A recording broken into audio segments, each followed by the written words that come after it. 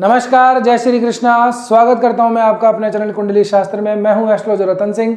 कुंभ राशि हो, कुंभ लग्न हो, आने वाला ये जो समय है आप लोगों के हित में थोड़ा दिखाई दे रहा है। प्राइमो फेसिया यानी कि प्रथम दृष्टा तो नहीं दिखाई देता। छठे भाव के अंदर इतने सारे ग्रहों का जमावड़ा ठीक नहीं है। बहुत सारे लोग अलग अलग तरीके से बात करते हैं, लेकिन अपने अपने देखने का तरीका है। नवमांश चक्र में देखेंगे तो स्थितियां बिल्कुल विपरीत दिखाई देंगी। कहने का अर्थ ये, धैर्य रखिए, फैसला आपके पक्ष में होगा। इस सप्ताह के अंदर कुछ बड़ी अपडेट पहले नोट कर लीजिए। कुछ इंपॉर्टेंट तारीख है। सोम प्रदोष है 10 अगस्त को, सोमवार का दिन है। प्रदोष का व्रत रहेगा। श्रावण का महीना है। ऐसी स्थिति के अंदर जब सोम प्रदोष आती है तो ये बहुत ज़्यादा शुभदायी भी मानी जाती है। वैसे तो भोलेनाथ के लिए पूरा सावन ही शुभ है, लेकिन ये स्पेशल दिन है। तो जो शैव मतावलंबी हैं उनको पता है कि जो प्रदोष का व्रत करते हैं उसका क्या महत्व है। वैष्णव वालों के लिए एकादशी और 11 का व्रत रहता है। बहरहाल जैसे भी आपको उचित लगे, तो ये अच्छा समय, दान पुण्य जप तप एवरीथिंग। इसके बाद में हरियाली अमावस्या आती है। श्रावण मास की अमावस्या को हरियाली अमावस्या कहते हैं। महिलाओं के लिए विशेष दिन रहता है। पार्क वगैरह, उद्यान वगैरह में जाते हैं, महिलाएं साथ में बैठती हैं, पिकनिक सी मनाती हैं, झूला वगैरह डालती हैं। तो ये वो दिन है, ये भी काफ़ी शुभदायी दिन रहता है। अब ग्रहों की अपडेट समझ लीजिए। गुरु महोदय, जी हाँ, आप लोगों के लिए लाभेश और धनेश जो गुरु हैं उच्च अवस्था के छठे भाव में चल रहे हैं, अस्त थे। अब 28 दिनों के बाद में उदय हो जाएंगे 11 अगस्त के दिन, जी हाँ।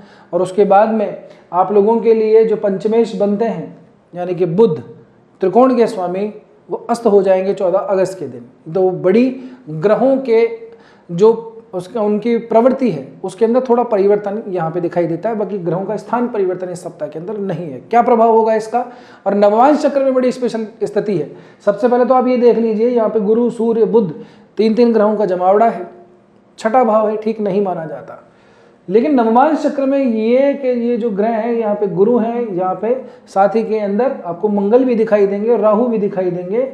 ये आपके वृश्चिक राशि में दिखाई देंगे नवमांश चक्र के अंदर, जो कि आपके कर्म भाव पे पड़ती है। इस टाइम के अंदर अगर आपके इन तीनों ग्रहों से संबंधित यदि कोई दशा, प्रत्यंतर दशा भी लग रही है ना, तो ये मान के चलिएगा कि करियर के अंदर बड़ी उठापटक होगी। उठापटक नेगेटिवली नहीं, पॉजिटिवली होगी। सकारात्मक परिवर्तन होंगे। परिवर्तन ना सिर्फ काम के स्थान पे परिवर्तन होगा, बल्कि आपकी जो प्रतिस्पर्धा जिन लोगों के साथ में रहती है वहां से आपको जरूर से विजय प्राप्त होगी।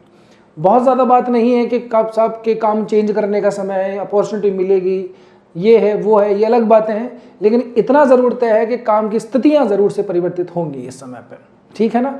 जिन लोगों को ऐसा है कि हमें ट्रांसफ़र वगैरह चाहिए, स्थान परिवर्तन चाहिए, तो उन लोगों के लिए भी ये काफ़ी ठीक समय। देखिए, आपदा को अवसर में बदलना ये एक हाथ की बात है। जिसको जो चाहिए समय के अनुसार, उसके लिए ग्रहों का गोचर वैसा ही फल देता है। जो ट्रांसफ़र चाहता है उसके लिए अच्छा समय है। जो नहीं चाह रहा उसकी बदली होगी, उसके लिए बहुत बड़ा खराब समय होगा। तो हर व्यक्ति के लिए अलग अलग चीज़ें निर्भर करती हैं। बहरहाल इन तीनों ग्रहों का 12वें भाव के ऊपर दृष्टि पड़ती है। साथ ही के अंदर यहाँ से अगर आप देखें तो द्वितीय भाव के ऊपर गुरु की दृष्टि है।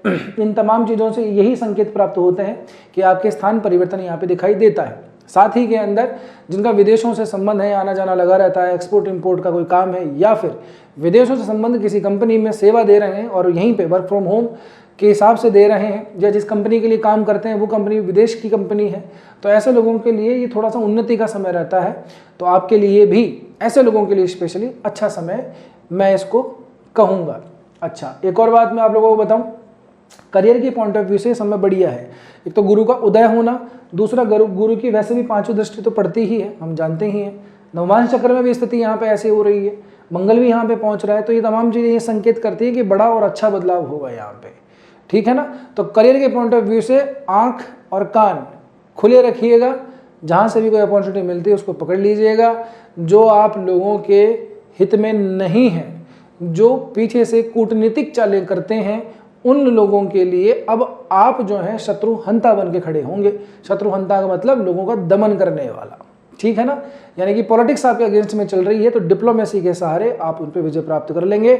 डायरेक्ट मत जाइएगा। अगर 1 to 1 कांटेक्ट करने की कोशिश करेंगे, फाइट करेंगे, तो फिर खामखा चीज़ें तनाव में हो ही जाती है। वैसे इतना तनाव चल रहा है तो क्यों उसको और बढ़ाना है, ठीक है ना। एक और बात बताता हूँ, धनिष्ठा नक्षत्र में 2 अगस्त को राहु गए हैं। नवमांश चक्र में यही राहु आपको वृश्चिक में मिलेंगे, केतु आपको वृषभ में मिलेंगे। हालांकि ये दोनों राशि इन दोनों ग्रहों की नीच की है, लेकिन फिर भी दशम भाव का राहु डिप्लोमेटिकली काफ़ी ठीक माना जाता है। तनाव के साथ साथ में बहुत सारी अपॉर्चुनिटियाँ लोगों को देता है, ठीक है। पैसा आता है, बेइंतहा आता है, काम आता है, बेइंतहा आता है, तनाव भी आता है तो वो भी बेइंतहा आता है। ठीक है ना। तो बस इन चीज़ों को थोड़ा सा ध्यान रखिएगा। अभी ये चलेंगे अभी तो आपके वर्किंग प्लेस के ऊपर बहुत सारा प्रभाव पड़ रहा है ग्रहों का। अब बात करते हैं आप लोगों के लिए जो कारक ग्रह बनते हैं, भाग्येश जो बनते हैं, शुक्र साहब नीच के चल रहे हैं, बिल्कुल चल रहे हैं। नवमांश चक्र में इनकी भी स्थिति बदली हुई है। कैसे बदली हुई है? नवमांश चक्र में अगर हम देखेंगे तो सोमवार के दिन तो शुक्र रहेंगे उच्च के धन भाव के अंदर, बढ़िया है। इसके बाद में ये मेष और वृषभ से होकर निकलेंगे।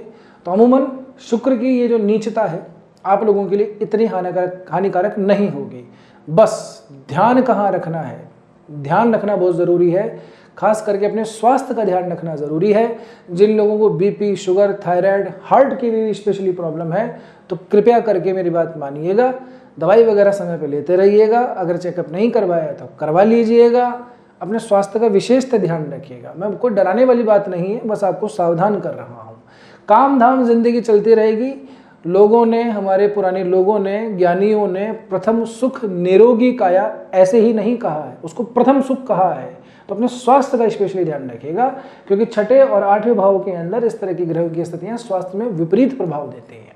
डाइजेशन भी बिगड़ सकता है। जठराग्नि के अंदर थोड़ी सी ज्वलनता ज़्यादा आ सकती है, यानी कि पेट से संबंधित समस्याएं यहाँ पे दिखाई देती हैं। रेस्पिरेटरी सिस्टम में प्रॉब्लम दिखाई देता है, आंतों में, लीवर में डिसफंक्शन, इस तरह की तमाम चीज़ें हैं। डरा नहीं रहा हूँ, लेकिन इसका थोड़ा ध्यान रखिएगा। शुगर, बीपी, थायराइड, प्रोस्टेट, इनसे जो संबंधित परेशानियाँ जिन लोगों को है वो भी थोड़ा सावधान रहिएगा। मंगल की भी दृष्टि पड़ती है आठवें भाव के ऊपर। मंगल वैसे भी इतना कोई, मैं ये कहूँगा कि क्योंकि यहाँ पे तीसरे भाव का स्वामी भी है, पंचम में बैठा है, संभाल रखा है चीज़ों को, मंगल नहीं संभाला हुआ है, लेकिन फिर भी मंगल की यहाँ पे चौथी दृष्टि इस वाले मामले के अंदर स्वास्थ्य की दृष्टि से ठीक नहीं कही जाएगी। यही सावधानी रखनी है, बाकी चिंता की बात नहीं है। यात्राएं झकाझक हैं, खूब सारी ट्रैवल हो रहे हैं, छोटी छोटी यात्राएं हैं, उस पर छोटे छोटे पैसे भी खर्च होते हैं, सेविंग्स जा रही हैं, मुझे पता है, लेकिन आने वाला समय आप लोगों के हित में है, चिंता मत कीजिए। आपके लग्नेश, आपकी राशि सभी वक्री हो रखे हैं, 7.5 ही चल रही है। राहु का यहाँ से गोचर चल रहा है। ऐसा लगता है कि जैसे परेशानियां बस बारंबार बम्बार्डिंग कर रही हैं, लेकिन देखिए समय है, ये समय आपका हमेशा से ऐसा नहीं था, पहले सही भी रहा होगा। जिनका खराब अभी वर्तमान में चल रहा है, तो जिनका अच्छा चल रहा है वो भी ध्यान रखिए कि समय बदल जाता है, आने वाले समय में चीज़ें बदल जाएंगी। तो धैर्य रखिए, प्रभु पे विश्वास कीजिए, जो उपाय कर सकते हैं इनसे संबंधित वो कीजिए। ज्योतिष हमें मार्गदर्शन देता है, ज्योतिष पथ प्रदर्शन करता है। चीज़ों को परिवर्तित करने का सामर्थ्य सिर्फ ईश्वर के पास में है, ज्योतिष या किसी भी व्यक्ति के पास में नहीं है। हाँ, कुछ उपाय करने से, कुछ चीज़ें करने से हम ये ऐसा है कि हमारे प्रारब्धों के पुण्य को थोड़ा सा बढ़ा लेते हैं और समस्या का या तो उसको न्यून कर देते हैं, और अगर वो कट सकती है तो उसको समाप्त कर सकते हैं। इसके अतिरिक्त ज्योतिष कोई ऐसा कोई चमत्कार नहीं है, बस आपको मार्गदर्शन देता है। तो जिसको मार्गदर्शन उचित लगता है वो आगे चलते रहिए, जिसको नहीं लगता है जय सीताराम, हरी इच्छा प्रबल। ठीक है ना। अच्छा जी, चंद्रमा से देख लेते हैं एक बार फटाफट से। चंद्रमा यहाँ से मंगल से होकर निकलेंगे, चंद्रमा मंगल की युति रहेगी, सोमवार के दिन यहाँ पे रहेंगे। ठीक है, अच्छी बात है। रोमांस वगैरह के लिए तो बढ़िया है। और अगर थोड़े से तनाव चल रहे हों, क्योंकि इस समय पे रोमांस वगैरह के अंदर थोड़ी सी क्या है कि खटपट ज़्यादा हो जाती है, मंगल रोमांस का कारक तो है नहीं, इसी भाव में बैठा हुआ है, तो संबंधों के अंदर अमधुरता आ गई है। चंद्रमा की वजह से थोड़े से उत्साह बनेंगे, सोमवार का दिन स्पेशल। इसके बाद में चंद्र, गुरु, सूर्य, बुध, 4 ग्रहों की युतियाँ होंगी, लेकिन भाव थोड़ा सा ठीक नहीं है। तो ये मंगलवार, बुधवार और गुरुवार का लगभग थोड़ा सा दिन ध्यान रखिएगा, खास करके वित्तीय निर्णय करते वक्त ध्यान रखिएगा। लोन वगैरह की फाइल चला रखी है तो उसमें काम आपका सफलतापूर्वक आगे बढ़ सकता है। स्टॉक बाजार के अगर कोई काम करते हैं, डेली ट्रेडिंग का है तो थोड़ा ध्यान रखिएगा, थोड़े नुकसान की संभावनाएं दिखती हैं। ठीक है ना। आगे बढ़ते हैं, चंद्रमा बढ़ेंगे, चंद्रमा केतु का मिलन होगा सप्तम भाव के अंदर। तो व्यापार से संबंधित कोई भी निर्णय नहीं करना है ऐसे समय पे, इंट्यूटिव के हिसाब से नहीं खेलना है कि मुझे लग रहा था इसलिए मैंने कर दिया, ऐसे काम नहीं करना है।